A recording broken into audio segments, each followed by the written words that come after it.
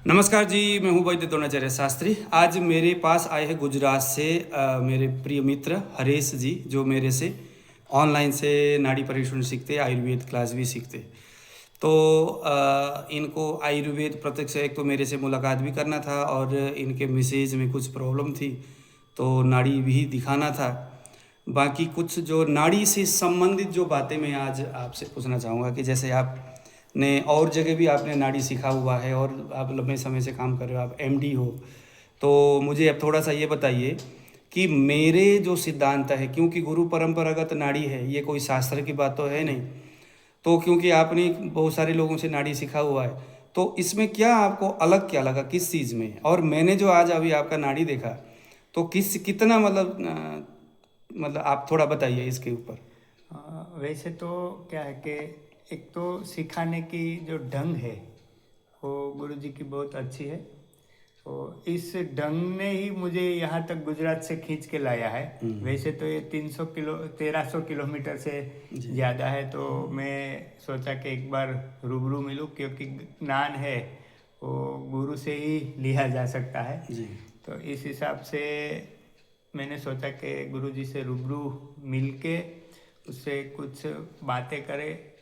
और मेरे साथ मेरा मिसिस है, उसको कुछ जो प्रॉब्लम है तो उसके बारे में भी हमने डिस्कस की।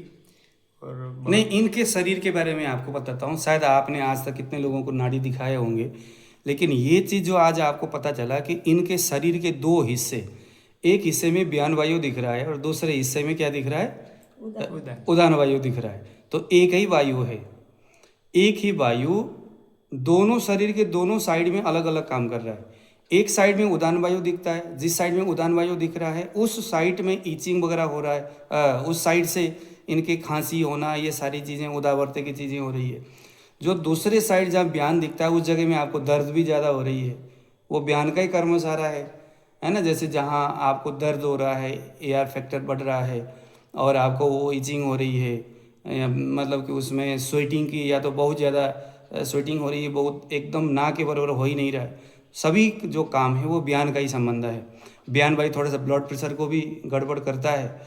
तो ये जो चीज़ें हैं, ये आपको कैसा लगा ये चीज़ें? ये नहीं, वो बढ़िया लगा। आपने उसको जो जो प्रॉब्लम होता था वो आपने नाड़ी देख के ही बता दिया कि इनके आपको। नाड़ी में जो ये आया, आज से पहले कभी किसी के नाड़ी में मैंने देखा नहीं है ऐसा। अच्छा। मैं भी आश्चर्य हूँ कि ये कैसा हो गया ये हाँ। तो इनके शरीर में।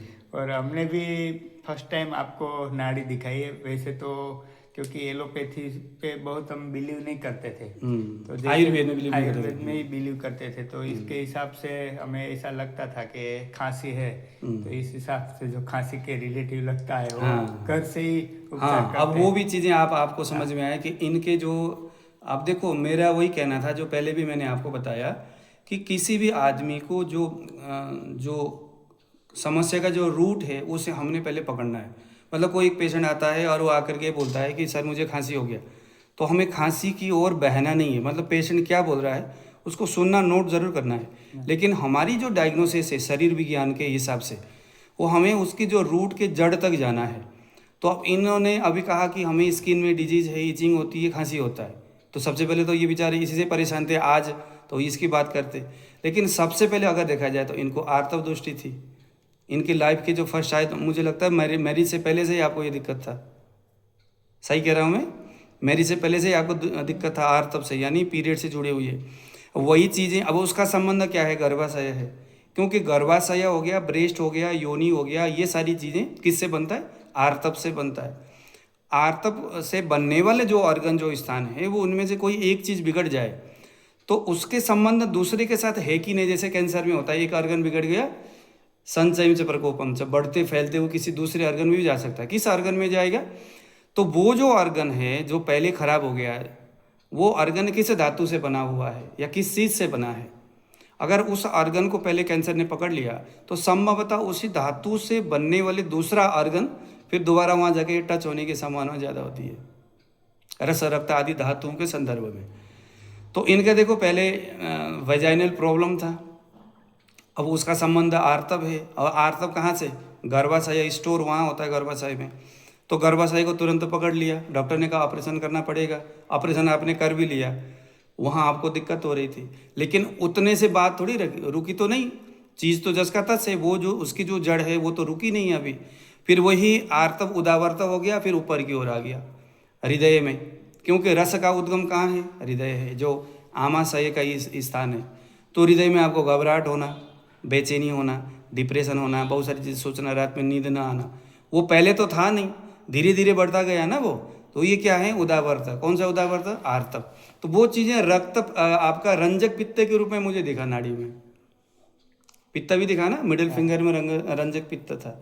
तो अब इसमें क्या है, अब जब ट्रीटमेंट की जब बात करते हैं ना, तो जब हम रंजक पित्त की, व्यान वायु की और आपके इन दोनों के ऊपर हमें मूल फोकस करना है, वो करते ही जैसे ही अनुलोमन हो जाएगा, जो उदावर्त था वो अपने आप उदान वायु अपने आप ठीक हो जाएगा। उदान वायु के ऊपर ज़्यादा फोकस नहीं करना, रंजक पित्त अपान वायु, तो आपको दवाई वही दिया है। और ऊपर से जैसे हम बस्ती देंगे, ये आपका एनिमा कीट जो एलोपैथ वाला है वो दोगे, तो उदावर्त जो है नीचे की ओर आ जाएगा। आते ही आपका जो बल, वर्ण, कांति क्षय, बल क्षय, शरीर में लेजीनेस होना, ये सारी चीज़ें, डॉलनेस, ये सारे के सारे जो चीज़ें हैं आपको ऑटोमेटिकली ठीक होता हुआ दिखेगा। मतलब हमने उसके कॉज के हमने क्या किया, रूट को पकड़ लिया।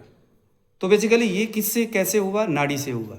नाड़ी से हमने चीज़ देखा, उसको हमने आयुर्वेदिक शास्त्र में उसको हमने क्या कन्वर्ट किया, रूपांतरित किया कि ये चीज़ें आयुर्वेद में कहाँ हैं, उसको हमने व्याख्या किया, फिर उसके हिसाब से दवाई प्रिस्क्राइब किया। तो डेफिनेटली आप 2 महीने में पूरी तरह से ठीक हो जाओगे, लेकिन वैसे ही करना है जैसे, ठीक है। आपके भी नाड़ी में कफ वात आ रहा था, है ना?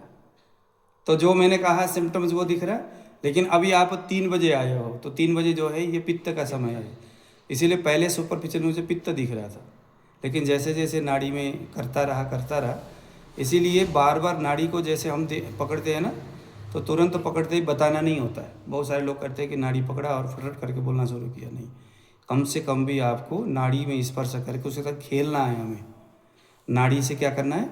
खेलना है, उसके गति को समझना है। 30 मिनट तक देखो, 30 बार तक इस स्पाइक को देखो, उसके गति देखो, उसके रिदम देखो, उसकी एम्पलीट्यूड जो है वो देखो, और बहुत सारी चीज़ें देखने के बाद फिर नाड़ी की गति, उसमें फिर दोषों की समीक्षा करना है। शीत, उष्ण, स्निग्ध, मधुर, पिछला आदि। द्रव, जैसे आप में द्रव है, शीत है, थोड़ा सा उष्ण, समशीतोष्ण, इसीलिए क्योंकि अभी आप यात्रा से आए हो। शीत द्रव गुण प्रदान है, तो कौन है? शीत द्रव। कफ है, कफ जो है द्रव से बड़ा है।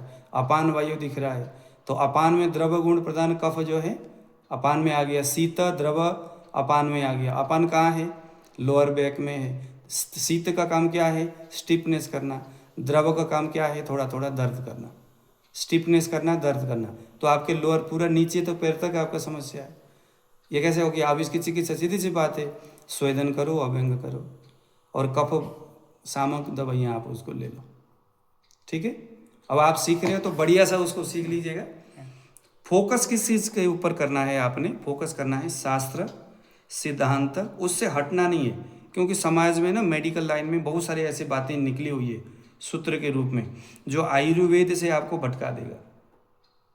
कोई भी अगर आपको ये कहेगा कि जैसे आज समाज में बहुत सारे ऐसे वैद्य होते हैं, अरे भैया आयुर्वेद है, दवाइयाँ हैं, अपने प्रभाव से काम करता है, कफ की तो बात देखने की ज़रूरत नहीं है, पहले पहले देखते थे अब नहीं देखते, ऐसा नहीं है।